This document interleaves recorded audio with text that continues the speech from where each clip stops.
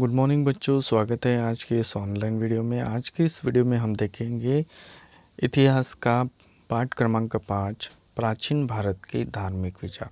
इस पाठ के अंतर्गत हम देखेंगे जैन धर्म, बौद्ध धर्म, यहूदी धर्म, ईसाई धर्म, इस्लाम धर्म, पारसिक धर्म और जैन धर्म। तो प्राचीन भारत में धार्मिक विचार किस तरीके से थे, इनके बारे में हम जो है यहाँ पर इस पाठ में देखेंगे।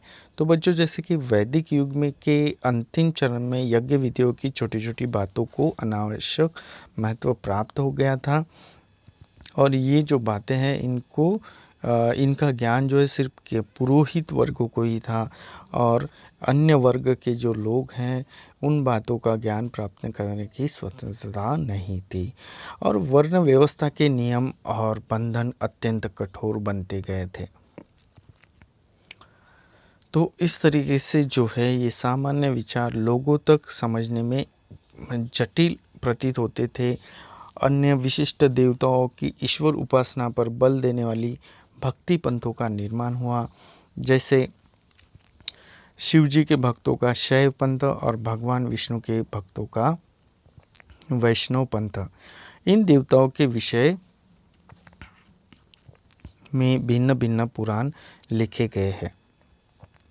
तो इस तरीके से हम देखते हैं कि ईस्वीसन पूर्व 6ठी शताब्दी में सामान्य मनुष्य सरलता से धर्म को समझ सके, ऐसे धार्मिक विचार प्रस्तुत करने वाली धाराएं निर्माण हुई, और प्रत्येक व्यक्ति को स्वयं की उन्नति का मार्ग खोजने की स्वतंत्रता प्राप्त हुई, और इसका बोध अनेकों को हुआ। इसी बोध द्वारा कालांतर में नए धर्मों का उदय हुआ, और इन धर्मों ने पूरी स्पष्टता से यह कहा कि व्यक्ति की उन्नति के लिए जात पात का भेदभाव को कोई महत्व नहीं है, और इन धर्मों ने लोगों के मन पर शुद्ध आचरण का महत्व अंकित किया। तो नए धार्मिक विचारों के प्रवर्तकों में जैसे हम देखते हैं वर्धमान महावीर, गौतम बुद्ध, इनके जो कार्य है विशेष महत्वपूर्ण है। तो सबसे पहले हम देखेंगे जैन धर्म के बारे में।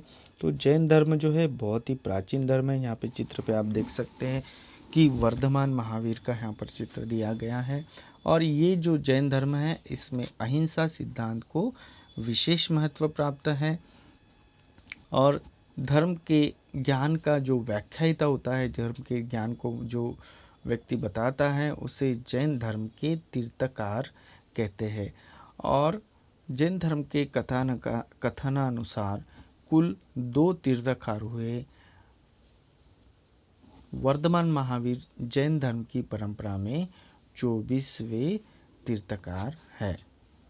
तो इनके बारे में हम देखते हैं कि वर्धमान महावीर का जन्म जो है अभी का जो बिहार राज्य है वहाँ पर जो है एक क्या था, वृज्जी नामक एक महाजनपद था, और उसकी राजधानी का नाम था वैशाली, और वैशाली नगर के क्षेत्र था एक कुंड ग्राम, और इसी कुंड ग्राम में वर्धमान महावीर का जन्म हुआ। इनके पिताजी का नाम सिद्धार्थ था और माता का नाम त्रिशला था।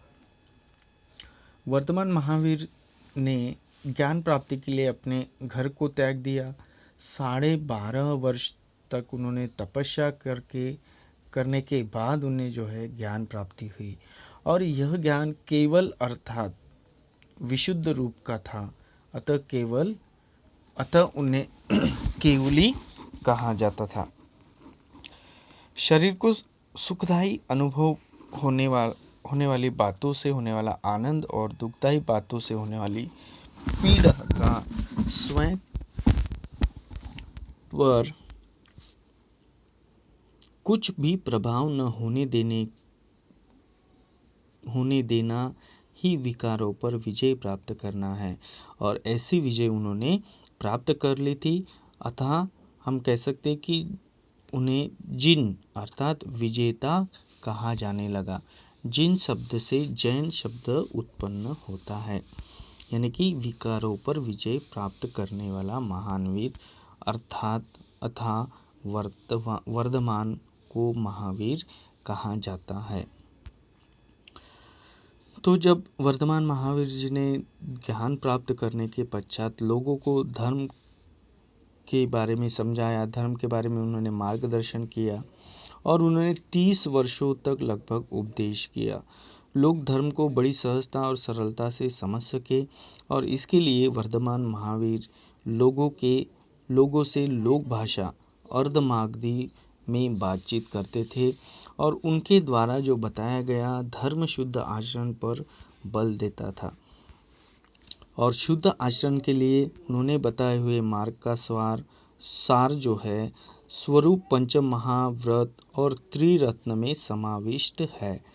तो इनका हम जो है एक एक करके देखेंगे। पंच महाव्रत में तो इसमें है कि उन्होंने 5 नियम बताए हैं और उन 5 नियमों को बड़ी कड़ाई और कठोरता से उनका पालन करना पड़ता है और उन्हें जो है पंच महाव्रत कहते हैं। तो वो कौन कौन से हैं हम एक एक करके देखेंगे। पहला है अहिंसा। तो इसमें इन्होंने बताया है कि कोई भी सजीव उसको हमें चोट पहुंचानी नहीं है, उसकी हिंसा नहीं करनी है, उसकी हत्या नहीं करनी है। दूसरा सत्य, हमेशा सत्य बोलना चाहिए और सच्चाई के साथ आचरण होना चाहिए, हमारा व्यवहार सच्चाई के साथ होना चाहिए। स्तेय का अर्थ होता है चोरी करना। तो दूसरों के स्वामित्व अथवा अधिकार की वस्तु को उसके स्वामी की अनुमति के बिना लेना चोरी करना है और चोरी न करना अर्थात अस्तेय। तो माने आप समझ सकते हैं कि स्तेय यानी चोरी करना। तो कोई दूसरा किसी चीज़ का मालिक है तो अगर हमें वो चीज़ चाहिए तो उस मालिक से हमें परमिशन लेनी है और तभी वो लेना है। अगर हमने बिना परमिशन वो चीज़ ले ली तो वो क्या हो गई, चोरी हो गई। तो चोरी न करना यानी अस्तेय यानी क्या बता रहे हैं कि चोरी नहीं करना। चौथा है अपरिग्रह, कि मनुष्य का मन का झुकाव हमेशा जो है संपत्ति की तरफ रहता है और वो संपत्ति का संग्रह करना चाहता है और इस तरीके से संपत्ति का संग्रह न करना, इसी को क्या कहते हैं, अपरिग्रह कहते हैं। माने वर्धमान महावीर यहाँ पे बता रहे हैं कि हमें संपत्ति का संग्रह नहीं करना है, हमें धन की लालसा नहीं करनी है। और पांचवा है ब्रह्मचर्य। तो इसमें बताया गया है कि शरीर को सुखद अनुभव देने वाली जो बातें हैं उनका त्याग करना और व्रतों का पालन करने को ब्रह्मचर्य कहते हैं। माने जो भी हमें शरीर को सुख देने वाली चीज़ें हैं उनको त्याग करना है और क्या करना है, व्रतों का पालन करना है। तो इस तरीके से ये जो है पंच महाव्रत है जिसमें अहिंसा, सत्य, अस्तेय, अपरिग्रह और ब्रह्मचर्य है। जब हम देखेंगे त्रिरत्न में आता है पहला सम्यक दर्शन। तीर्थकारों द्वारा दिए जाने वाले ज्ञान उपदेशों में निहित सत्य को समझना और उसके प्रति श्रद्धा रखना। तो क्या करना है कि जो हमें उपदेश देते हैं उन्हें उसके सत्य को हमें समझना है और उसके प्रति क्या रखना है, श्रद्धा रखना है। दूसरा है सम्यक ज्ञान, जो हमें तीर्थकारों द्वारा उपदेश अथवा सिद्धांत बताए जाते हैं उन सिद्धांतों के जो नियम होते हैं उनको सिद्धांतों का नियमित रूप से अध्ययन करना और सूक्ष्म अर्थों को समझना। और तीसरा है सम्यक चरित्र। तो पंच महाव्रतों का कठोरता से आचरण करना, कि जो हमें पंच महाव्रत बताए गए हैं उनका हमें क्या करना है, पालन करना है। तो ये इस तरीके से जो है हमें त्रिरत्न दिखाई देते हैं, सम्यक दर्शन, सम्यक ज्ञान और सम्यक चरित्र। उसके बाद जो है हम देखते हैं बौद्ध धर्म की तरफ। तो बौद्ध धर्म का प्रसार जो भारत और भारत के बाहर देशों में हुआ। गौतम बुद्ध जो है बौद्ध धर्म के संस्थापक थे। तो इनका जो कार्यकाल है ईसा पूर्व 563 से ईसा पूर्व 843। तो गौतम बुद्ध का जन्म नेपाल के लुम्बिनी वन में हुआ। उनके पिता का नाम शुद्धोधन और माता का नाम माया देवी था। गौतम बुद्ध का जो मूल नाम है वो था सिद्धार्थ। तो यहाँ पर आप चित्र देख सकते हैं भगवान गौतम बुद्ध का। उन्हें मानव जीवन का संपूर्ण ज्ञान प्राप्त हुआ, अतः उन्हें क्या कहते हैं, इसीलिए बुद्ध कहा गया है। मानव जीवन में दुख क्यों है, यह प्रश्न उनके मन में उत्पन्न हुआ और इसका उत्तर खोजने के लिए उन्होंने गृह त्याग किया। वैशाख पूर्णिमा के दिन वे बिहार के गया शहर के निकट उरुवेला नामक स्थान पर एक पीपल के वृक्ष के नीचे ध्यान मग्न बैठे थे। उस समय उन्हें बोधि प्राप्त हुई और बोधि का अर्थ सर्वोच्च ज्ञान है। अब उस पीपल के वृक्ष को बोधि वृक्ष कहते हैं और उरुवेला नामक स्थान को जो है बोध गया कहते हैं। तो गौतम बुद्ध ने अपना प्रथम प्रवचन वाराणसी के समीप सारनाथ में दिया था। यहाँ पर आप चित्र में देख सकते हैं कि बोधि वृक्ष यहाँ पर चित्र में दिखाया गया है। तो पहला प्रवचन जो है गौतम बुद्ध ने कहाँ पे दिया, सारनाथ में दिया। और इस प्रवचन में जो उन्होंने उपदेश दिया था उसे क्या कहते हैं, धम्म कहते हैं। इस प्रवचन द्वारा उन्होंने धम्म के चक्र को गति प्रदान की। अतः इस घटना को पाली भाषा में धम्म चक्र प्रवर्तन कहते हैं। इसे संस्कृत में धर्म चक्र प्रवर्तन कहते हैं। कालांतर में उन्होंने धम्म का उपदेश करने के लिए लगभग 45 वर्ष चारिका की। चारिका का अर्थ पैदल घूमना। तो 45 वर्ष वो पैदल घूमते रहे और इस अपने धर्म का प्रचार करते रहे और उन्होंने अपना उपदेश लोक भाषा पाली में दिया। बौद्ध धर्म में बुद्ध, धम्म और संघ की शरण में जाने की महत्वपूर्ण संकल्पना निहित है। इस संकल्पना को त्रिशरण कहते हैं। उनके द्वारा व्याख्यायित धम्म का सार अभी हम देखेंगे। आर्य सत्य। मानव जीवन के सभी व्यवहारों के मूल में 4 सत्य हैं, उन्हें हम क्या कहते हैं, आर्य सत्य कहते हैं। एक पहला है दुख, कि मानव जीवन में दुख होता है। दुख का कारण क्या होता है, तो दुख का कारण होता है, कोई न कोई कारण होता है। दुख का निवारण, दुखों को समाप्त किया जा सकता है। जो भी दुख है हमारे जीवन में वो समाप्त किए जा सकते हैं। प्रतिपद, प्रतिपद का अर्थ मार्ग है। प्रतिपद दुखों का अंत करने वाला मार्ग है। यह मार्ग शुद्ध आचरण का मार्ग है और इस मार्ग को क्या कहते हैं, अष्टांगिक मार्ग कहते हैं। उसके बाद उन्होंने बताया कि पंचशील। तो उन्होंने पंचशील यानी गौतम बुद्ध ने 5 नियम बनाए हैं और इन नियमों को पंचशील कहते हैं। पहला नियम है प्राणी और सजीवों की हत्या करने से दूर रहना। हमें प्राणी और सजीवों की हत्या नहीं करनी है। चोरी करने से दूर रहना है, चोरी नहीं करनी है। अनैतिक आचरण नहीं करना है। असत्य बोलना नहीं है और नशीले पदार्थों का सेवन नहीं करना है। उसके बाद बौद्ध संघ। अपने धम्म का उपदेश करने के लिए उन्होंने भिक्षुओं का संघ बनाया। गृहस्थ जीवन का त्याग करके संघ में प्रवेश करने वाले उनके अनुयायी को भिक्षु कहते हैं और बुद्ध के समान भिक्षु भी चारिका कर लोगों को धम्म का उपदेश करते थे। स्त्रियों का स्वतंत्र संघ था, उन्हें भिक्षुनी कहते थे।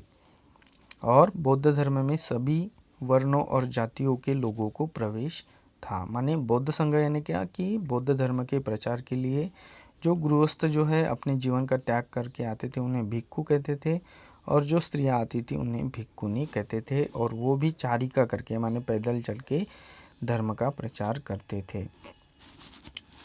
यहाँ पर अष्टांगी का मार्ग बताया गया है। सम्यक दृष्टि, सम्यक संकल्प, सम्यक वाक्वाणी, सम्यक कर्म, सम्यक जीविका, सम्यक व्यायाम, सम्यक स्मृति और सम्यक समाधि। तो इस तरीके से जो है गौतम बुद्ध ने क्या किया कि अपने धर्म के माध्यम से लोगों में जागृति पैदा की और उन्हें दुख को दूर करने की कोशिश की।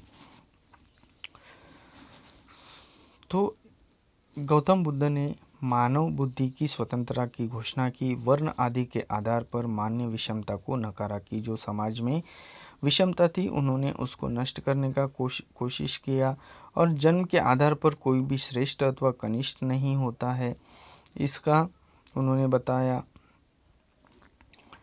और नन्ही सी चिड़िया भी अपने घोंसले में स्वतंत्रता से चहचहाती है। और ये उनका जो कथन है विख्यात है और स्वतंत्रता तथा समता जैसे मूल्यों के विषयों में उनके चिंतन को दर्शाता है। तो इस तरीके से जो है उन्होंने कर्मकांड का विरोध किया और प्रज्ञाशील आदि मूल्यों का जो है उन्होंने क्या किया, उपदेश दिया, जो मानव का कल्याण साध्य करते हैं। गौतम बुद्ध ने जिस सहिष्णुता का उपदेश दिया है वही सहिष्णुता न केवल भारतीय समाज का अपितु संपूर्ण मानव जाति का आज भी प्रथम दर्शक है। तो इस तरीके से हम जो है बौद्ध धर्म के बारे में हमने देखा।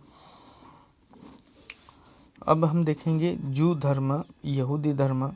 तो जू धर्म जो है लगभग ईस्वी सन पहली से तीसरी शताब्दी के बीच केरल के कोचीन में आए होंगे। जू धर्म के लोग जो है भारत में ईस्वी सन पहली से तीसरी शताब्दी में केरल के कोचीन में आए होंगे। जू धर्म को यहूदी धर्म भी कहा जाता है। जू लोग मानते हैं कि ईश्वर एक ही है। जू धर्म में न्याय, सत्य, शांति, प्रेम, करुणा, विनम्रता, ध्यान देना, अच्छा बोलना और स्वाभिमान जैसे गुणों की सीख देता है। और उनके प्रार्थना स्थानों को सिनेगॉग कहते हैं। जो जू धर्म के जैसे प्रार्थना स्थान है उनको क्या कहते हैं, सिनेगॉग कहते हैं। उसके बाद आता है ईसाई धर्म। ईसा मसीहा जीसस क्राइस्ट ने ईसाई धर्म की स्थापना की। यह धर्म संपूर्ण विश्व में फैला हुआ है।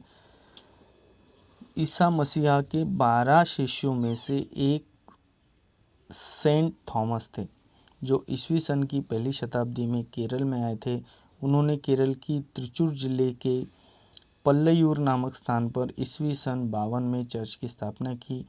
ईसाई धर्म की सीख के अनुसार ईश्वर एक ही है और वह सभी का स्नेहमयी है, पिता है।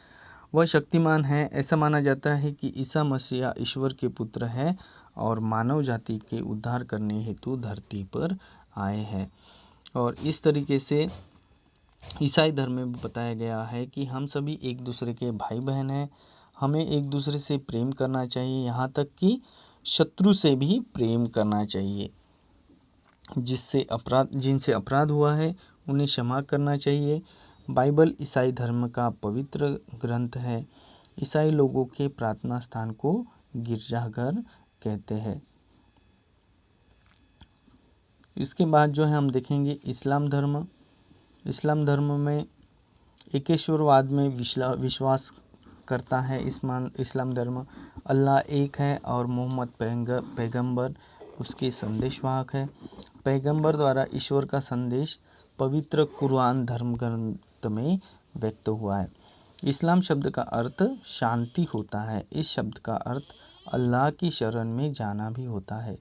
इस्लाम में कहा गया है कि अल्लाह शाश्वत और सर्वत्र है, सर्वशक्तिमान और परम दयालु है। यह माना जाता है कि अल्लाह की उपासना करना ही मानव जीवन का उद्देश्य है।